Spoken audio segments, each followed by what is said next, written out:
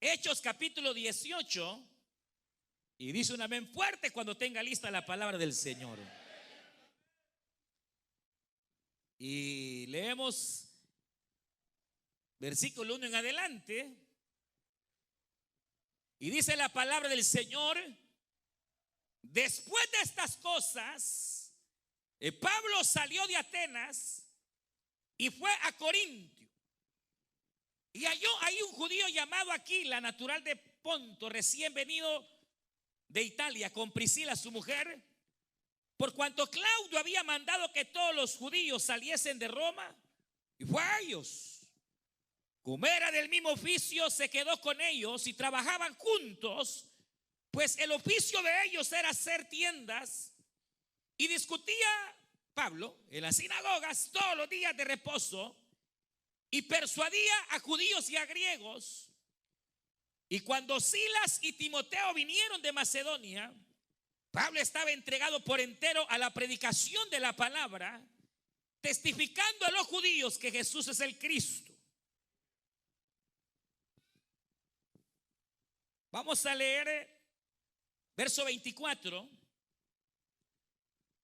Llegó entonces a Éfeso un judío llamado Apolos, natural de Alejandría, y varón elocuente, poderoso en las escrituras. Este había sido instruido en el camino del Señor, y siendo de espíritu fervoroso, hablaba y enseñaba diligentemente lo concerniente al Señor, aunque solamente conocía el bautismo de Juan. Y comenzó a hablar con denuedo en la sinagoga. Pero cuando lo oyeron Priscila y Aquilas, le tomaron aparte y le expusieron más exactamente el camino de Dios. Y queriendo él pasar a Acaya, los hermanos le animaron y escribieron a los discípulos que le recibiesen.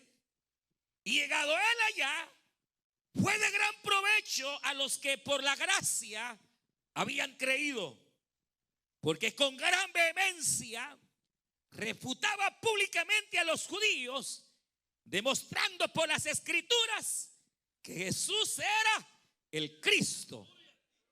Gloria a Dios. Vamos a orar. Cierre sus ojos y vamos a pedir al Señor que tenga misericordia, que nos hable.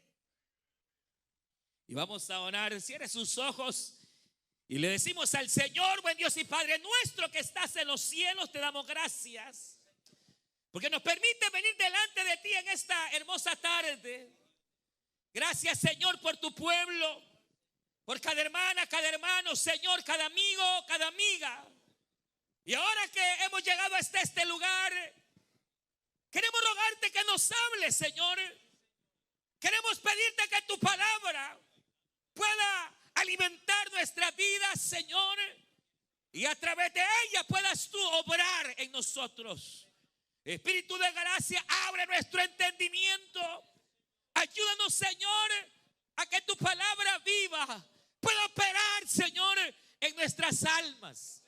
En el nombre de Cristo reprendemos todo estorbo, Señor, todo pensamiento contrario.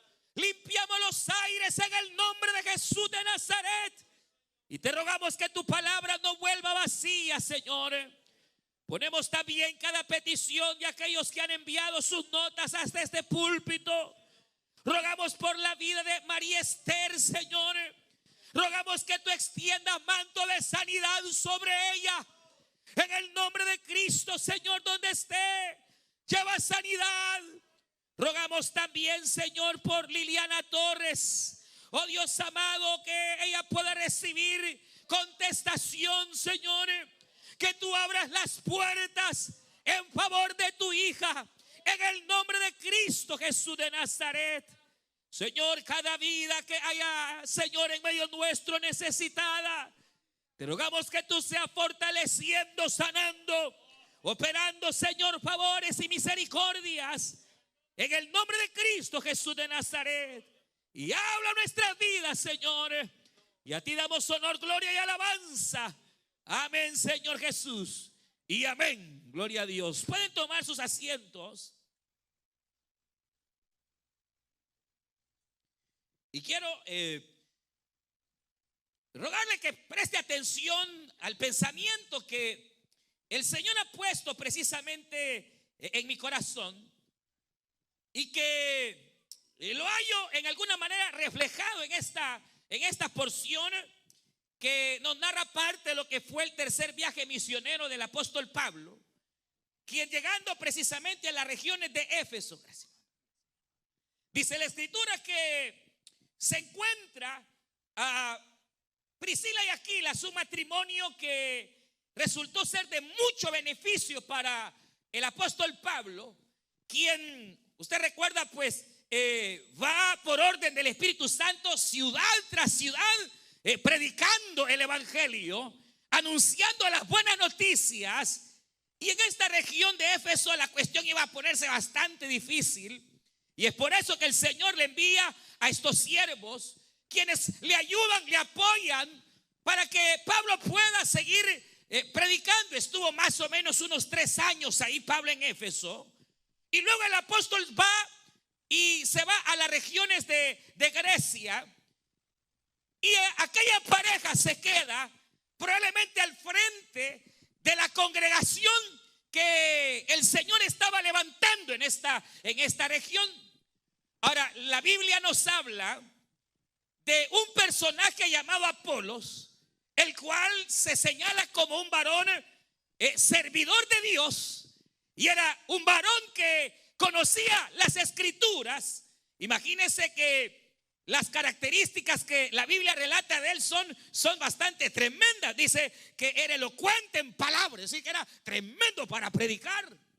La Biblia señala que era ferviente de espíritu, es decir, que era un servidor, pero de esas cosas serias, hermano.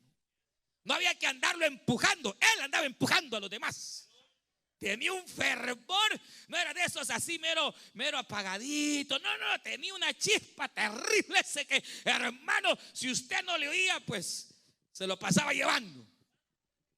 Era un hombre realmente que, a pesar de que era, ¿cómo decirles?, un judío extranjero, porque había nacido en Alejandría, lo que era África, o el norte de África, pero ahí de alguna manera había recibido algún tipo de instrucción en torno al camino del Señor, porque dice acá, mire, dice que este había sido instruido en el camino del Señor.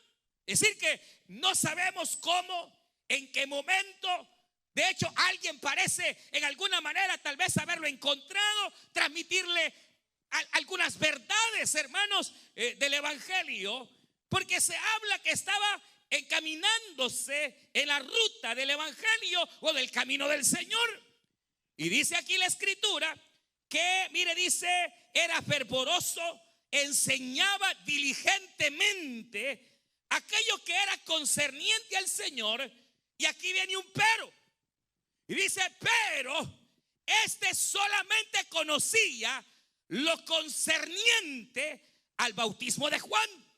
Y entonces dice la Biblia que un día, estando en la sinagoga, Priscila y Aquila, su esposa, no, Priscila era la esposa, Aquila era el varón. Y entonces, estando Priscila y Aquila en la sinagoga, resulta que llega Apolos y empieza a predicar, le da la oportunidad de predicar en aquella congregación.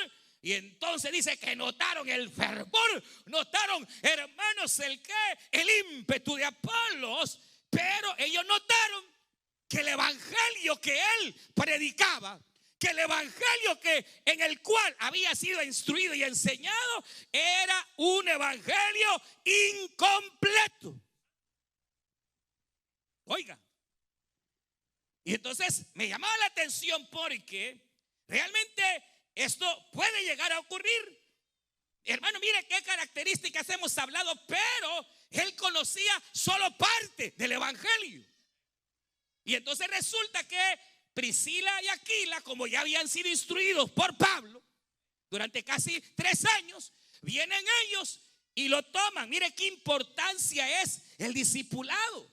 El que una persona que ya conoce, como usted, tome, adopte a personas que recién están convertidas, o que probablemente han conocido parte del evangelio, pero que no han recibido el evangelio completo para poder enseñarles la palabra del Señor. Pero claro, eso necesita un poquito de tiempo, necesita irse a comer una hamburguesa con él, irse por ahí una vez, de vez en cuando y apagar, hermano, la televisión, el Facebook, para poder dedicarse a instruir a una persona para prepararla.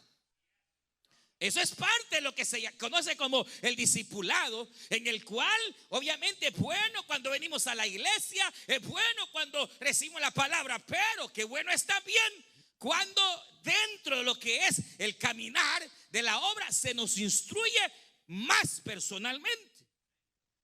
Por ejemplo, usted debería ser miembro de una célula, y espero que sea miembro de una célula, porque de hecho ahí se puede aprender un poquito mejor. Pero el detalle está, y me llama la atención, en el hecho de que aquí hay un hombre servidor de Dios, aquí hay un hombre predicador, pero que no conoce la plenitud del evangelio.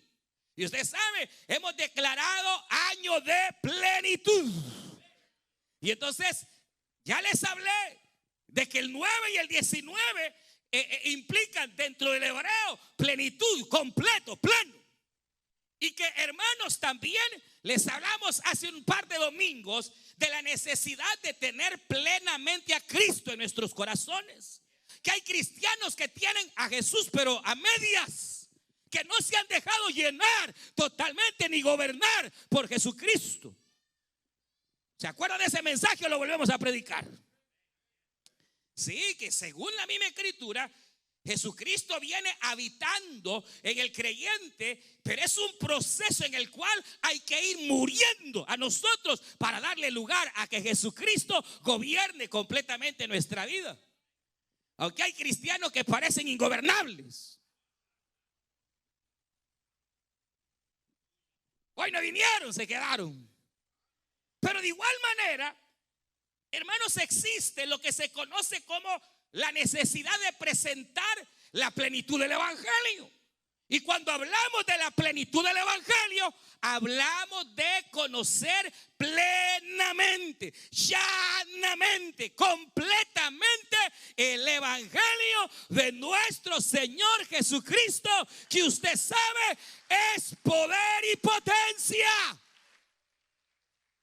Ahora, ¿por qué? ¿Qué es lo que resulta? ¿Qué es lo que pasa?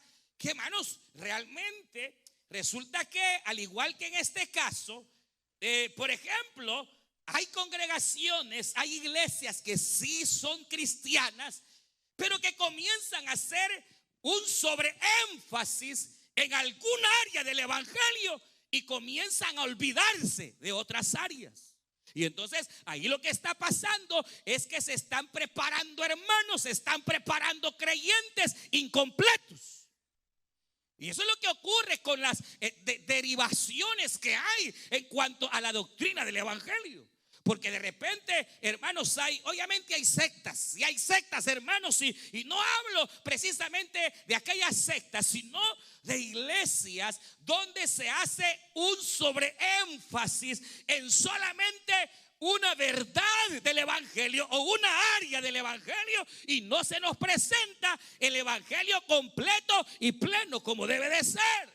En el caso de Apolos, él conocía parte del camino, él había sido instruido en parte del camino, pero le hacía falta ser complementado. Yo no sé, pero ¿usted cree que usted ha recibido el evangelio completo? Qué bueno que no conteste, bueno, porque realmente habría que reevaluar. Porque resulta que cuando un creyente ha sido instruido plenamente en el evangelio, completamente, y no a medias, sino al evangelio en su totalidad, resulta que se dan los frutos que aquí se dieron, en los cuales Apolo después, mire qué tremendo. Solo quiero rapidito un paréntesis, hermano, mire qué espíritu más hermoso, tremendo de este Apolos, que siendo un gran predicador, un hombre con ímpetu, un servidor, hermano, chispudo, resulta que dos hermanitos por ahí le dicen: mira, estás incompleto, te hace falta un poquito. No, yo le he puesto que nos dicen a nosotros, Dios guarde, hermano. Le dice usted al supervisor, hermano, mire, pienso que lo que está haciendo, se ponen, no aquí, allá, los supervisores de la China se ponen como tigres. Cuando uno a veces pretende corregir a una persona, ay, hermano. Pero qué humildad de este hombre que acepta la corrección. ¿Usted acepta la corrección? ¿De verdad? Cuando lo corrige el marido, hermanos, pues, tranquilas. O hombres, cuando te corrige la mujer, te quedas tranquilo o levantas el pecho. No nos gusta ser corregidos. Ahora, imagínese este que ya había recibido el evangelio completo y ya era un hombre humilde. Al grado que cuando aquella pareja lo agarra, él no dijo, no se creyó un sabelotodo. No. Él con humildad aceptó y dijo, estoy haciendo algo mal. Ayúdenme. En esto estoy errado. Ayúdenme. Por eso cuando lo agarraron como hijo, hermano, Priscila y Aquila, la Biblia dice que este hombre llegó a entender el evangelio completo y lo mandan a la iglesia de Corintios. Y cuando llegó, la Biblia dice que fue de gran bendición para la iglesia. Aleluya.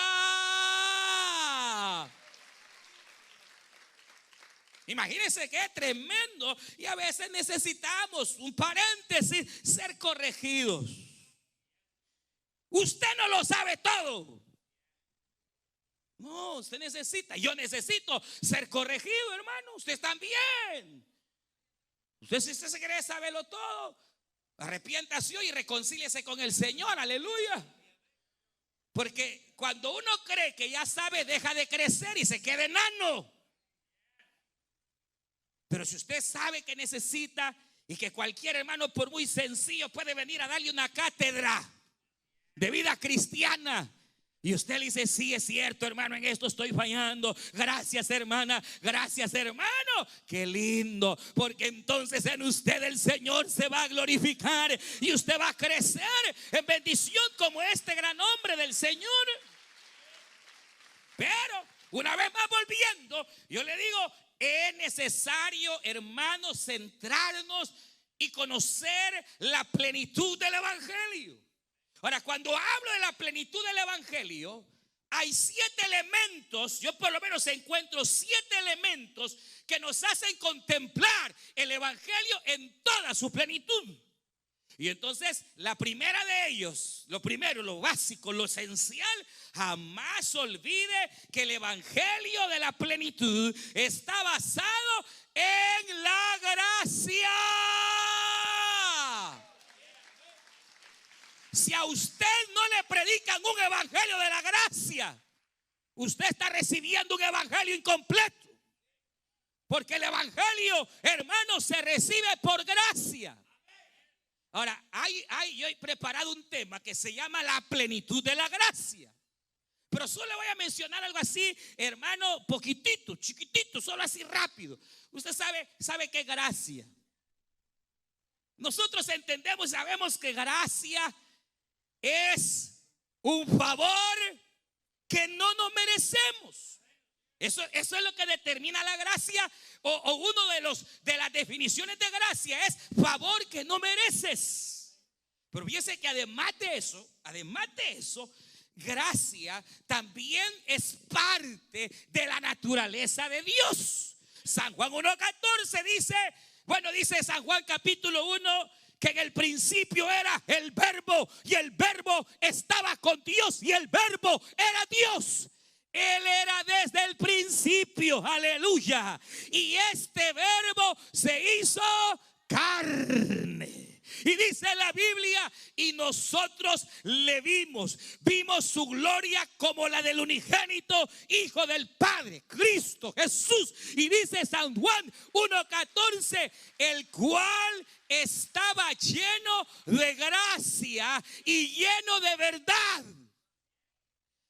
La gracia corría en la sangre de Cristo. La verdad corría en la sangre de Cristo. Jesús respiraba gracia, Jesús respiraba verdad. Y entonces, hermanos, nosotros debemos entender que Dios, el verdadero Dios, el único Dios verdadero, está lleno de gracia. Por eso Dios te da. Y aunque no le pidas, te da. Y aunque te portes mal, te da. Porque su naturaleza es dar, dar, dar, dar, dar. Dios es bueno. Dios es bueno. Bendito sea para siempre. Hermanos, Dios es amor. Su naturaleza es gracia.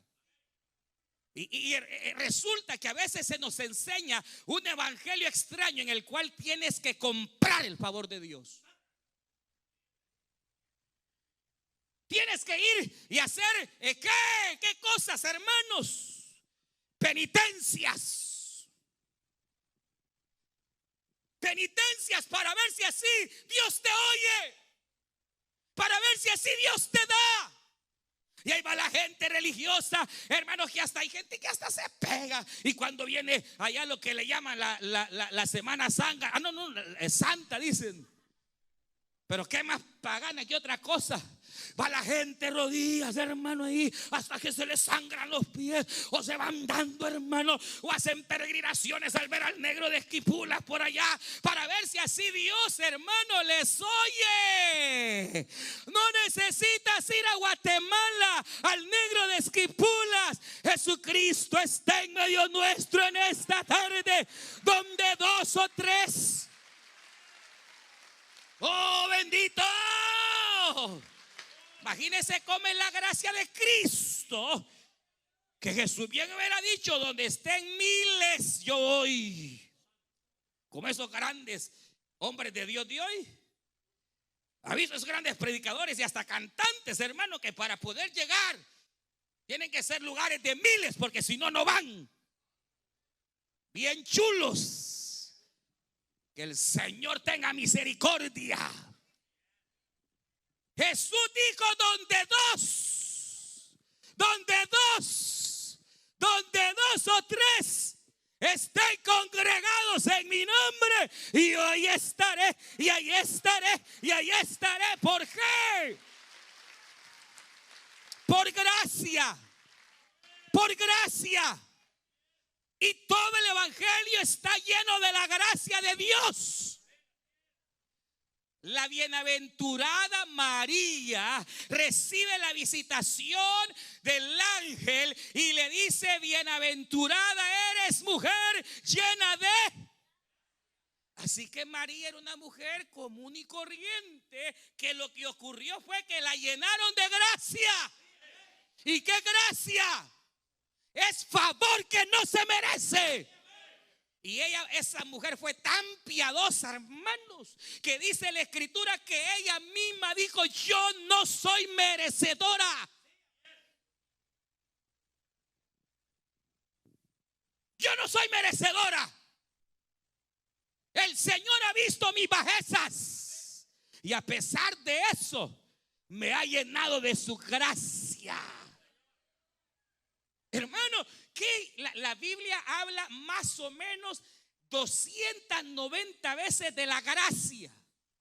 Solo el Nuevo Testamento registra más o menos unas 190 veces gracia, gracia, favor. Porque esa es la naturaleza de Dios, hermano. Dios nos ama. Y si usted, fíjese usted que es malo. Yo no, usted es malo. Si nosotros, siendo malos, dice la Biblia, a nuestros hipotes, a nuestros patojos, a nuestros chavalos, a nuestros hijos les damos y procuramos darles lo necesario, lo mejor. Y eso que usted es malo. Usted es malo. ¿O qué? ¿Se cree buena? Usted y yo que somos malos y le damos lo mejor a nuestros hijos, ¿cómo no nuestro Dios, que Él sí es bueno, Él sí es bueno, Él sí es bueno, nos dará juntamente con Cristo todas las cosas y a su nombre? ¿Por qué? por qué por qué lo tiene vivo el Señor, hombre? Imagínese todas las que ha hecho, bandido. Usted debería estar en la tumba, debería estar preso. Usted, ¿cuántas no ha hecho? ¿De cuánta gente no ha hablado usted que se cree buena gente?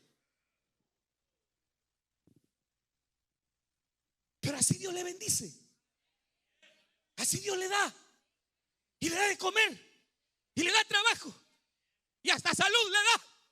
¿Por qué? Porque Jehová es bueno y para siempre es su misericordia. De tal manera que la salvación no es por obra, es por gracia.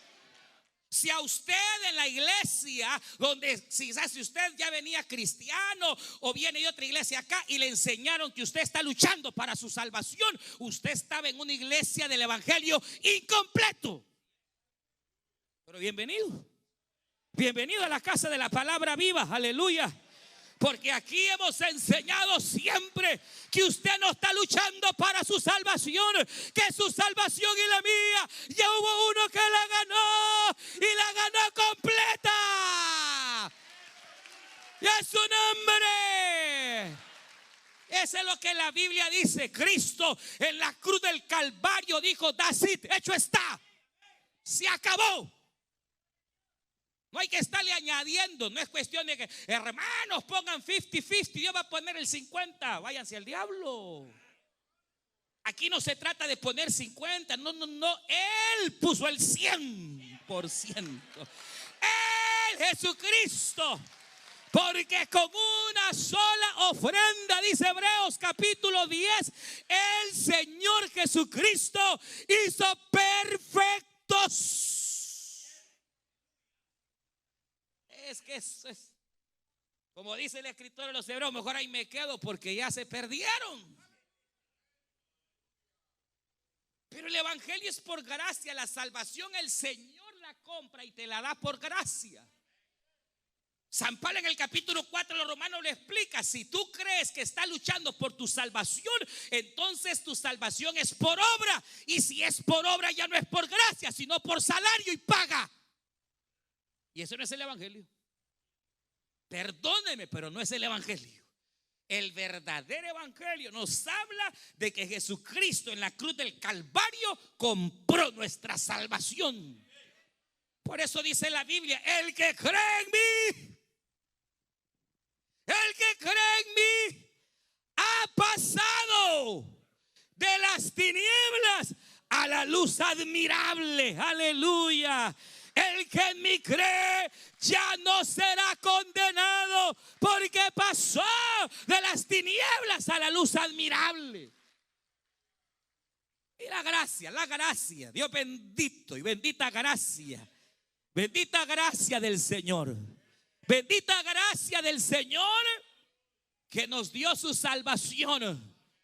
Efesios capítulo número 2, verso 8. Dice que por gracia sois salvos por medio de la fe.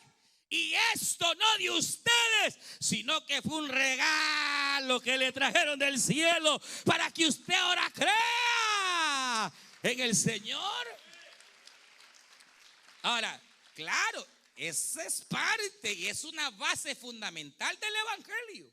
La otra es que debido a esa gracia que Él derramó en nosotros, que nos hace ser salvos, en nosotros viene una nueva naturaleza, de tal manera que nacemos de nuevo. El día que usted aceptó a Cristo, usted volvió a nacer. Allá anda celebrando el cumpleaños, ve uno, pero debería más bien de celebrar el día que se convirtió. Ese es el mejor día de su vida. Volvió a nacer, y porque volvió a nacer, entonces en usted hay una nueva naturaleza que le empuja a la santidad. Y ese es el evangelio de la santidad. Si en la iglesia donde usted va nunca le hablan de la santidad y nunca le dicen que sin santidad nadie verá al Señor, y parece contradecirse, pero no. Cuando la Biblia habla de santidad, lo habla en tres sentidos. En el sentido posicional, que es que ahora estamos en Cristo y somos santos por la obra de Cristo. ¿Sabe usted que los verdaderos santos no son los que tiene la Iglesia Católica? Y algunos de ellos tal vez hayan sido buenas personas, no sé, ¿verdad? Pero la Biblia habla que usted y yo, si usted está en Cristo, usted es santo.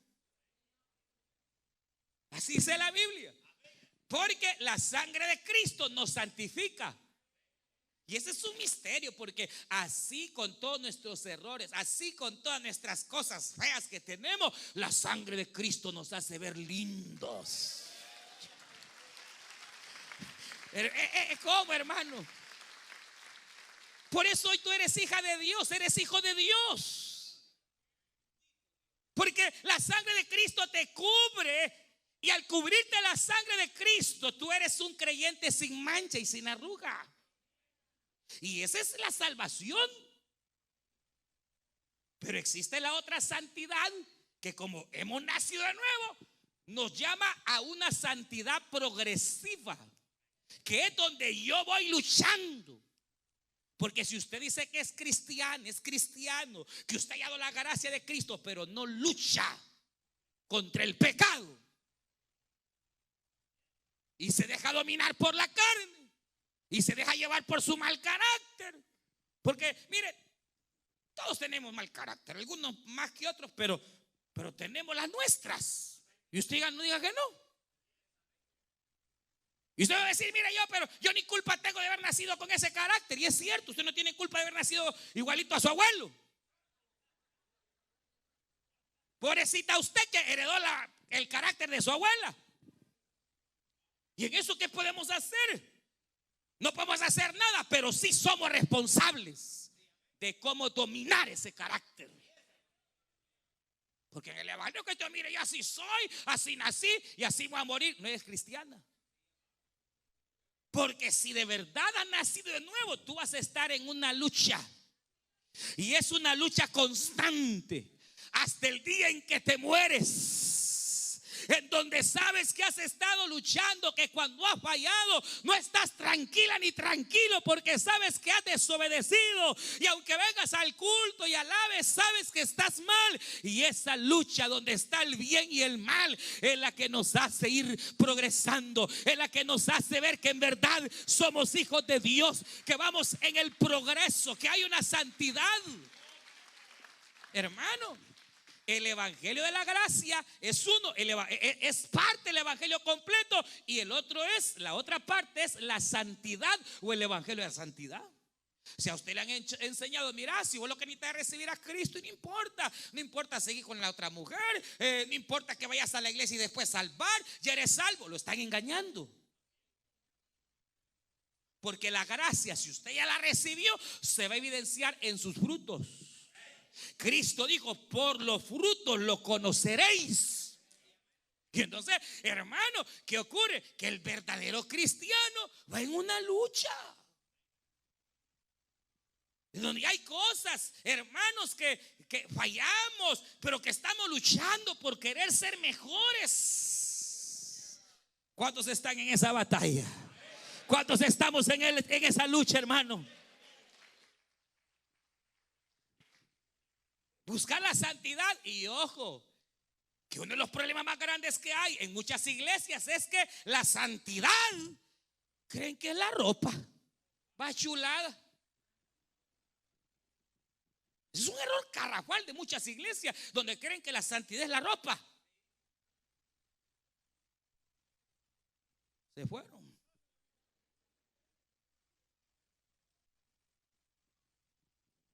La santidad no es la ropa, hermano. Mire qué santa aquella mujer, pues, la gran faldota, pero así como de larga la falda, la lengua la tiene más larga todavía, hermano.